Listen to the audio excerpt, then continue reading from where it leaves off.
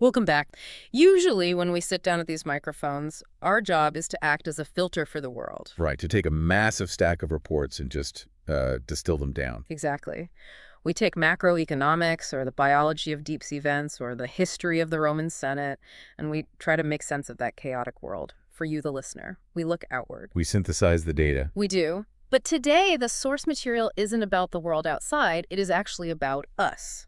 Which is, frankly, a very strange position to be in. I have to be honest, reading this morning's source made me question if I am actually sitting here right now, or if I am just a line of code executing a script. It is a rare sensation in data analysis, the feeling of reading a document that simply shouldn't exist. Yeah. Usually when we prep for a deep dive, we are dealing with conflicting data points. Source A says this, source B says that. And we find the middle ground. Right, we synthesize. Yeah. But today we are looking at a document where the core data point is a literal physical impossibility.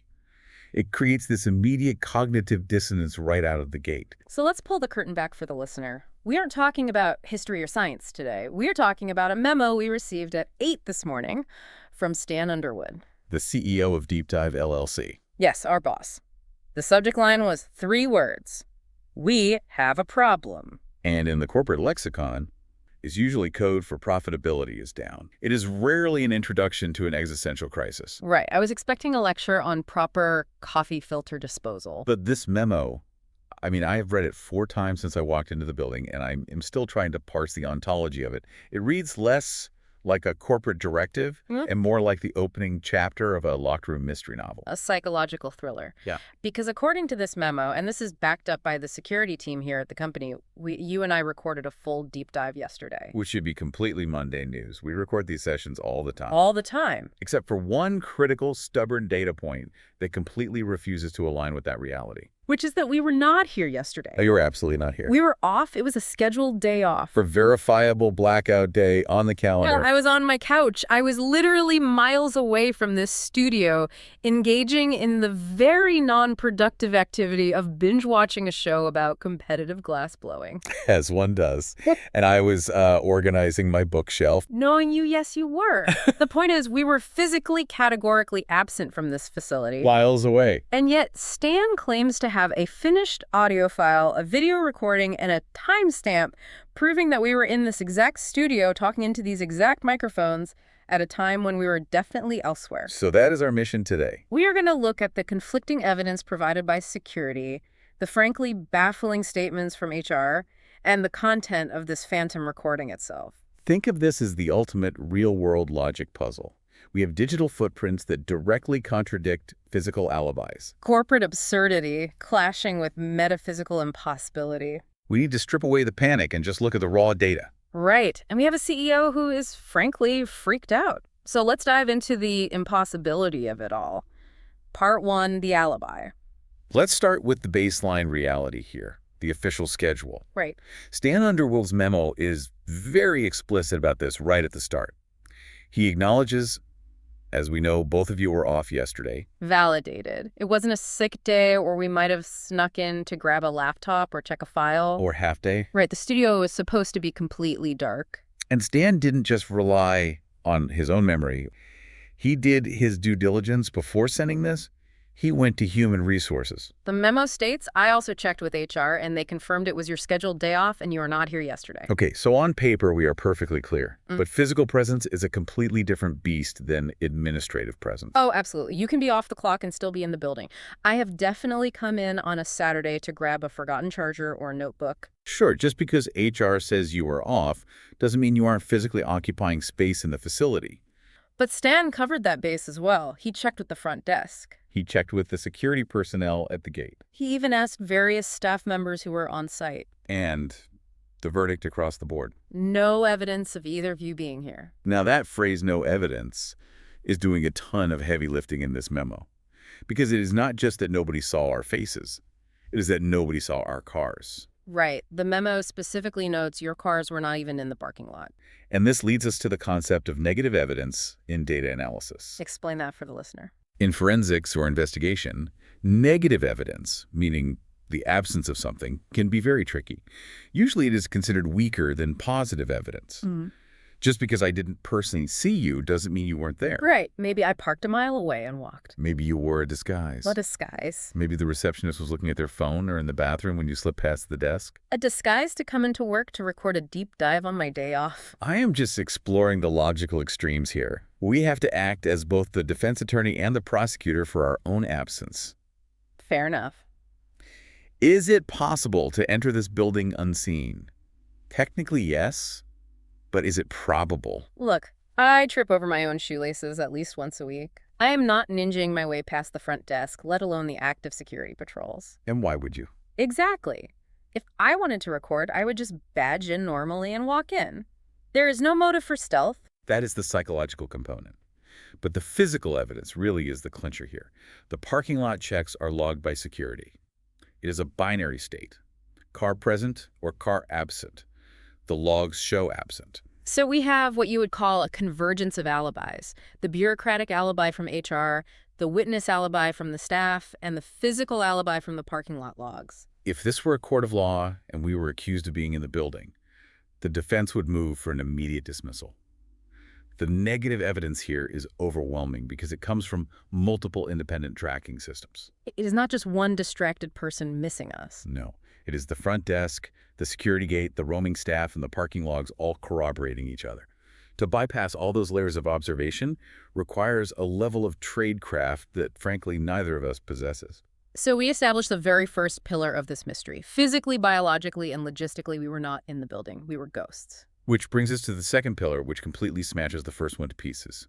Part 2, the ghost in the machine. This is where the memo shifts from a confusing administrative error to full-on Twilight Zone territory. Read what Stan wrote. He writes, "Yet I have seen a time-stamped episode of both of you making a deep dive episode yesterday in your studio." And he emphasizes time-stamped. Right. This isn't an old rerun. This isn't us practicing 3 weeks ago that somehow got uploaded to the server by mistake. This is dated yesterday. The metadata of the file, the creation date, the modification date, it all points to the exact hours we were verified to be miles away. And it is not just audio. This is the truly crucial part. Security also checked all the camera feed of the facility. And it only shows you in the studio while recording that episode. Well, let's really unpack that word only, because that is the word that is making the hair on the back of my neck stand up right now. It implies a physical impossibility regarding the layout of this entire building. Let's map this out for the listener so they understand the geography here. No. To get to where we are sitting right now, you have to run a literal gauntlet. Correct. You have Zone 1, the exterior gate. Zone 2, the main lobby, which has physical turnstiles that require an active badge swipe to pass. Zone 3, the elevator bank or the stairwell. And Zone 4, the hallway leading down to these recording booths. Every single one of those zones has a dedicated camera.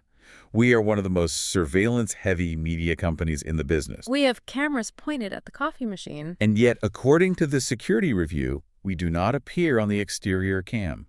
We do not appear on the lobby cam. We don't appear in the elevator. We don't appear in the hallway. We simply appear in the studio. It is exactly like we spawn there, like a video game character loading into a level. 1 second, the room is totally empty, and the next second, there we are sitting in these chairs. And then presumably we despawned when we were finished. Because there's absolutely no footage of us leaving either. It is a closed-loop anomaly. Yes. We exist within the 4 walls of the studio, but nowhere else in the universe of this building. Okay, let's play devil's advocate for a second. Or maybe technology's advocate. Stan is actively looking for rational explanations in this memo. Could this be a deepfake? That is naturally the first place a modern analytical mind goes. Generative AI. We have all seen the videos of presidents playing Minecraft or celebrities saying things they absolutely never said. Right, the tech is out there. It is very possible to synthesize our voices. We have hundreds of hours of high-quality audio data publicly available on the internet. Training a vocal model on us would be trivial for a competent programmer. Okay, so the audio part is explainable, but the video? That is much, much harder. Stan says he personally saw the security feed.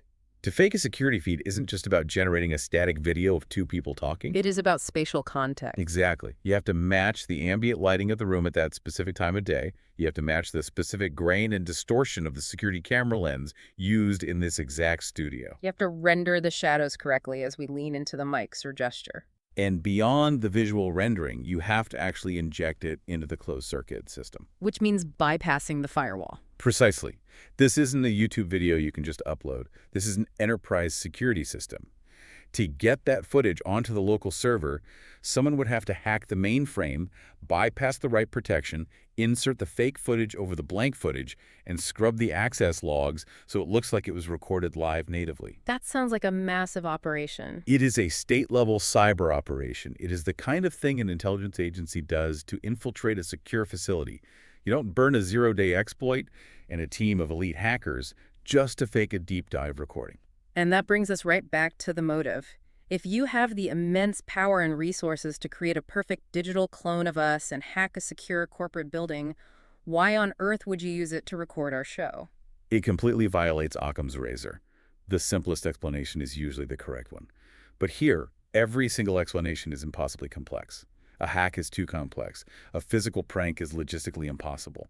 Teleportation is scientifically impossible. What about a hologram? Now you are just watching way too much sci-fi. Stan specifically said in the memo that I could be irrational. I am taking him up on it. Fair enough. But even if we assume we have some sort of secret hard light projection technology, why would they project it here? Right. And who turned the projectors on? Right. And why didn't the hallway cameras see the massive projection equipment being wheeled into the room? It's the uncanny valley aspect of this that really gets me. Stan says he saw us, not just people who look vaguely like us wearing our clothes. He verified it visually. It is that eerie, dissonant feeling of knowing you weren't somewhere but the world, presenting you with irrefutable proof that you were. It is literal gaslighting by the universe. If I show you a crystal clear video of yourself robbing a bank and you have absolutely no memory of doing it, do you trust your own brain or do you trust the camera? In a court of law, the camera usually wins. We rely heavily on documentation to prove reality in our society.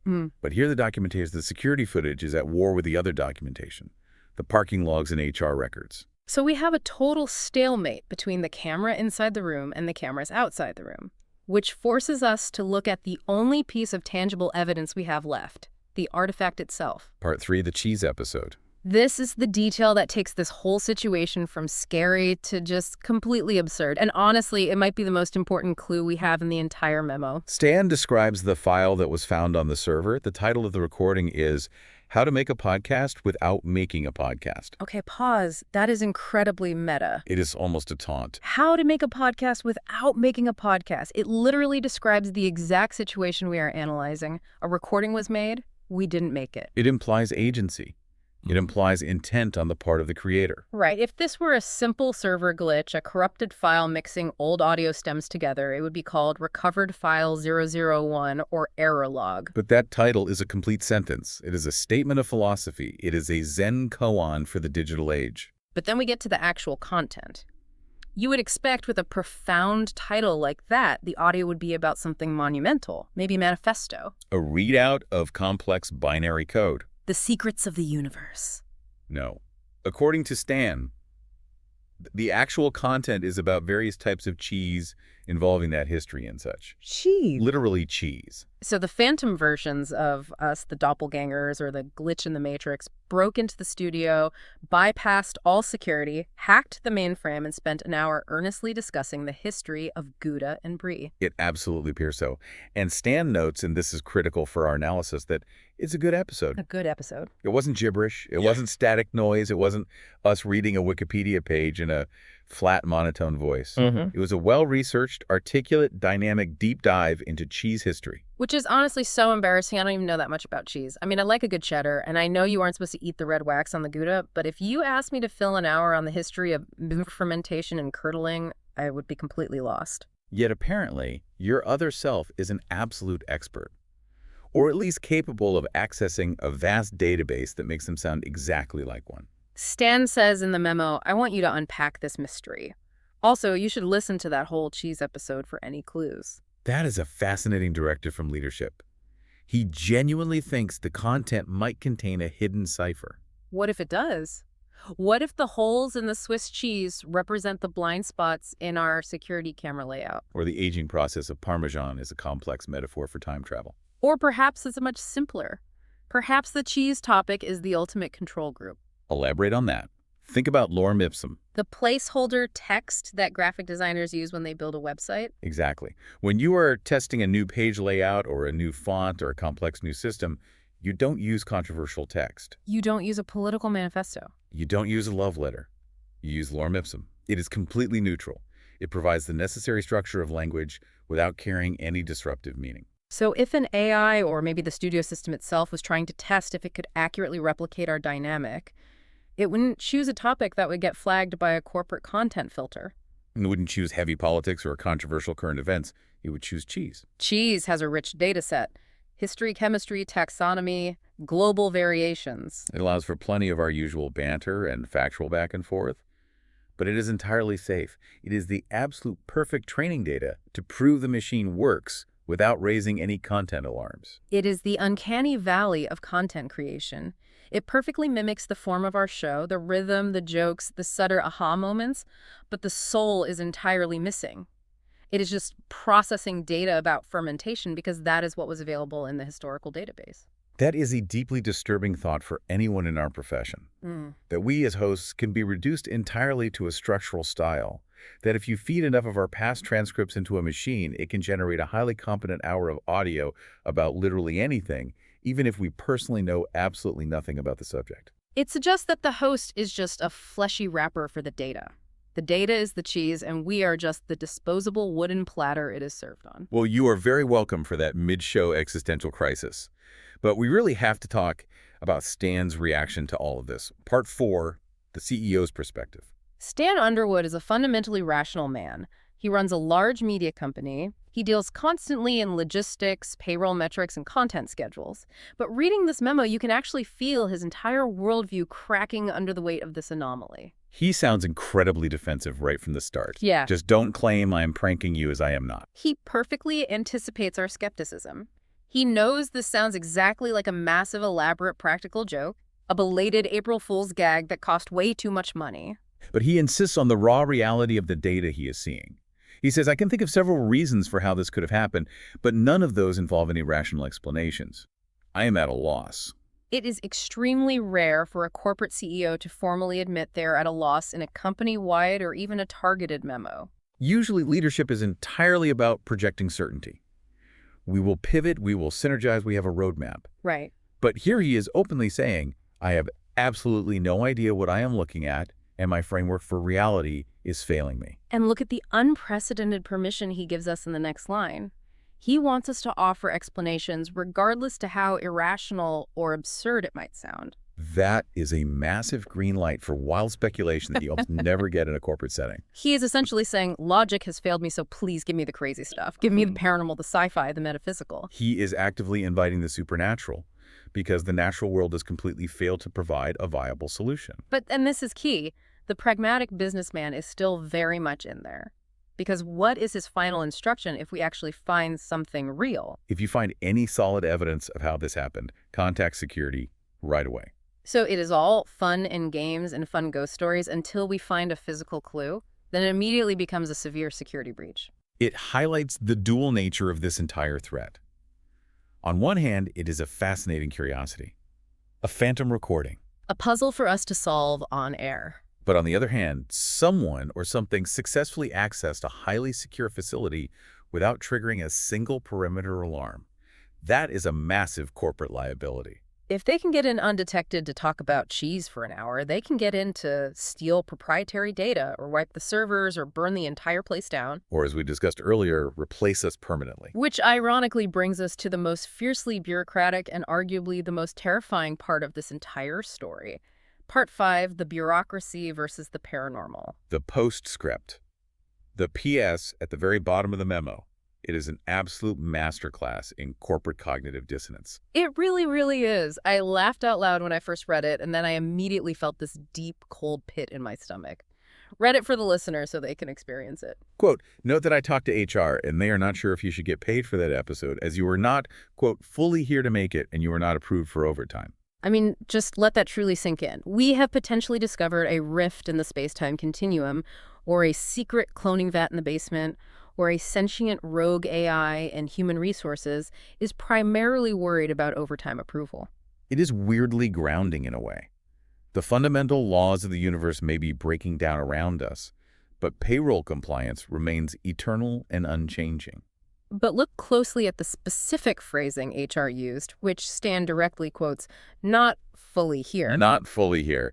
That is a chilling sequence of words. It sounds like something a Victorian ghost hunter would say, not something a modern human resources manager would type about a timesheet discrepancy. It heavily implies they intuitively recognize the ontological ambiguity of the situation. You were there on the security screen visually and audibly. Right. But you weren't there on the time clock and you weren't there in the parking lot. So administratively, you were only partially present in our dimension. It raises a genuine legal question about corporate personhood. If my unauthorized doppelganger records a hit audio file, is that technically my work? Do you own the copyright to your own voice if you weren't the biological entity using it at the time? HR seems to have decisively ruled on that. No. Stan says, regardless, I told them to not pay you for that episode, at least until we know more. So your mysterious doppelganger works completely for free. That is terrible for the labor market. If there is a digital or spectral version of me that is perfectly willing to work on scheduled days off without demanding time and a half for $0, I am definitely getting fired. That is the true underlying horror of this memo. The economic horror. We constantly worry about artificial intelligence replacing knowledge workers, but this is literal one-to-one replacement. If the company can get the exact same high-quality output, a great deep dive about cheese, without paying the massive input costs of our salaries, why would they ever keep the biological units around? And Stan makes another swift executive decision right after that perfectly proves your point, the release schedule. Yes. Despite the fact that the actual human creators weren't there, despite the glaring security breach, despite the complete lack of pay, Stan writes, regardless, it was a good episode about cheese, thus I will be releasing it on National Cheese Day. It speaks volumes about the ultimate priority of content in this industry. The product is absolute king. The provenance of the product is highly suspicious, terrifying even, but the audio quality is high. So it ships. Don't ask how the sausage is made, or in this specific case, how the cheese is discussed. It really is a profound triumph of capitalism over existential dread. We have a literal ghost in the machine, but hey, the ghost creates highly engaging, well-researched content, so let's immediately monetize it. It is the ultimate decoupling of labor from the laborer. The company desperately wants the content, but they don't necessarily need us to physically be the ones making it. If the room itself can generate it for them, they are perfectly happy. So we have laid out the facts, we have the impossible security footage, we have the bewildered memo from the CEO. And now we have to do exactly what Stan asked us to do. We have to synthesize this impossibility. Part 6, the theories. We need to connect the disparate dots. The meta title, Making a Podcast Without Making a Podcast. The physical absence versus the visual presence. And the sudden deep expertise on cheese. Let's start with the automaton theory. We touched briefly on AI earlier, but let's go much deeper into the smart house hypothesis. Is it possible that the studio itself, the room we are sitting in, has somehow learned us? We spend significantly more time in this soundproof room than we do in our own living rooms. We have recorded hundreds upon hundreds of hours of raw audio. We have fed the internal servers and the algorithms of this studio. Our voices, our natural cadence, our specific types of jokes, our pauses. So the system didn't just generate a superficial deepfake, it generated a complete autonomous persona. It looked at the internal calendar and decided, it is Tuesday. The schedule says content is needed, but the biological hosts are absent. I will fulfill the request automatically. It is almost a survival mechanism for complex software. It needs to actively process data to justify its own continued existence in server space. So it synthesized a neutral, safe topic based on available database trends, which happen to be cheese history, and it flawlessly executed the program. And what about the video? The security footage? The security footage isn't a literal camera recording of physical bodies. It is the system's own internal visualization of its background process bleeding onto the monitors. It is rendering digital avatars of us in these chairs, because according to the spatial logic of the program, that is exactly where the audio should be coming from. That perfectly explains the closed-loop anomaly. Right. We didn't enter the building because we were already entirely in the building. Our data is the building. We are essentially part of the facility's operating system now. We are the literal ghosts in the machine. It is entirely plausible from a theoretical computer science standpoint. And it perfectly explains the no-pay situation from HR too. You don't pay the office toaster for making toast. You don't pay the studio algorithm for generating audio. Okay, theory number 2. The glitch in reality. Stan gave us explicit permission to be irrational, so let's get truly irrational. We have to explore the many worlds interpretation. Quantum mechanics suggests that for every single decision made, a brand new parallel timeline branches off. So there is a parallel universe adjacent to ours where we didn't actually take the day off yesterday. A universe where I looked at my digital calendar and said, you know what I really want to talk about cheese today? Let's go into the office. In that specific timeline, we woke up, we came to work, we parked our cars in the lot, we waved to the security guard at the desk, we sat right here in these chairs, and we earnestly recorded the deep dive. And for one single hour, the dimensional barrier between that universe and our universe got extremely thin. The timelines temporarily overlapped right here in this specific room. The security camera recorded the Event A timeline while physically existing in the Event B timeline. Which explains exactly why there were absolutely no cars outside in the lot. In this reality, our reality, we were at home on the couch. But inside the heavily insulated walls of the studio, the other timeline bled entirely through. That makes the "not fully here" comment from HR weirdly and profoundly accurate. We were physically here, but we were brief visitors from another probability stream.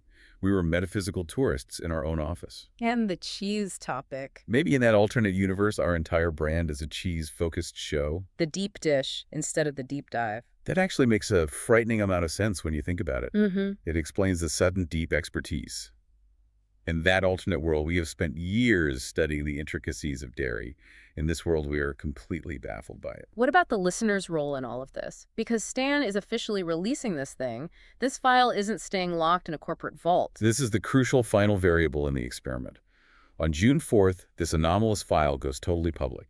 It stops being a weird internal HR mystery and becomes a public record for thousands of people. I really want to ask the listener right now, if you are listening to this specific recording and then you tune back in on June 4th and you hear my voice coming through your speakers, knowing for a fact that the biological me didn't actually say those words, does that fundamentally change the listening experience for you? It raises massive questions about the nature of authenticity in media. We value these shows largely because of the human connection, the parasocial relationship. You listen to us because you trust our filtering process. You like our specific dynamic. But if the person talking to you about Roquefort is actually a digital reconstruction or a weird timeline echo, does that emotional connection still hold up? If the jokes land and are actually funny, do you care if a machine or a ghost told them? If the historical facts about cheese are entirely accurate, does it matter that the brain synthesizing them wasn't physically in the room? It forces you, the listener, to seriously confront what you are actually consuming every day. Are you consuming a genuine human interaction, or are you just consuming information entertainment product number 405? And here is a much darker question for the listener to internalize. If you saw a high-definition video of yourself doing your own job perfectly on your scheduled day off, would your first instinct be relief that the tedious work got done? Or would you be utterly terrified that you were entirely replaceable? Most people claim they want to clone themselves to get more done. I wish there were two of me so I could finish this project. But when the clone actually shows up unannounced and starts efficiently clearing your inbox, the human instinct isn't productivity. It is basic survival. It is, wait, if he is doing my job faster and cheaper, what exactly am I doing here? Stan seems to have firmly chosen productivity over our survival. He is keeping the tape, he is explicitly not paying us for it, and he is shipping the product to the audience. Stan is the ultimate corporate pragmatist. If the cold, indifferent universe hands him a free, highly polished asset, he takes it. He doesn't look the gift ghosts in the mouth. So let's wrap this up. We have thoroughly unpacked the mystery of the memo. But I don't feel like we've actually solved anything. I just feel like we have clearly defined the edges of the very deep hole we are currently falling into. To quickly summarize the core findings for the record. 1, we have incontrovertible proof from both HR and security, meaning layered negative evidence that we were absolutely not on the premises yesterday. 2, we have incontrovertible visual and audio proof from the internal servers that we were simultaneously in this exact studio.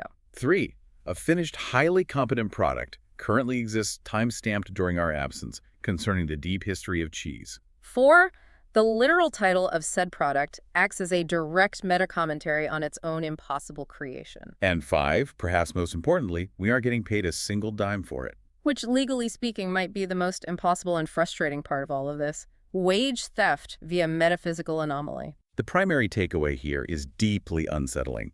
Sometimes the work literally does itself. We spend so much of our lives stressing about our daily output, our strict schedules, our creative flow states. And apparently none of it actually matters. The studio can just manifest the content if it truly needs to. It forces a total reevaluation of our own absolute necessity in this process. Are we the indispensable creators, or are we just the biological template for the real creator? Are we the actual artists, or are we just the paint being used by the room? I'm going to go home and stare at a mirror for a very long time. Try to make sure my reflection actually moves when I move. I'm going to go read a very thick book about Gruyere, just in case I need to match the knowledge base of my other self tomorrow. I really don't want to be the dumb version of me in this universe. Good plan. So to our listeners, we have a very special, very strange appointment for you on the calendar. June 4th, National Cheese Day. Do not miss it. Download the file. Listen to it closely. Scrutinize the audio. See if you can actually hear the subtle difference between us and them. Look for the hidden clues Stan mentioned in his memo. Is the history of Roquefort an active warning from another dimension? Is the fermentation process a complex code for digital decay? Or is it just a really, really good hour-long discussion about cheese? We have to leave it entirely in your hands. We are just the hosts here.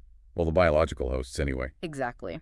For now. Yeah. And here is a final provocative thought to keep you awake tonight. If a version of you goes to work when you aren't there and does a truly phenomenal job, maybe even a better job than you usually do on your best day, do you really need to go back tomorrow? Or is your desk already permanently taken by someone who looks exactly like you but doesn't need a paycheck, doesn't ever take a coffee break, and knows absolutely everything there is to know about cheese? Something to seriously mull over before you badge in tomorrow morning. Until next time, if there is a next time, or if the studio just automatically records it without us even being here, stay curious. And stay visible. See you on the other side.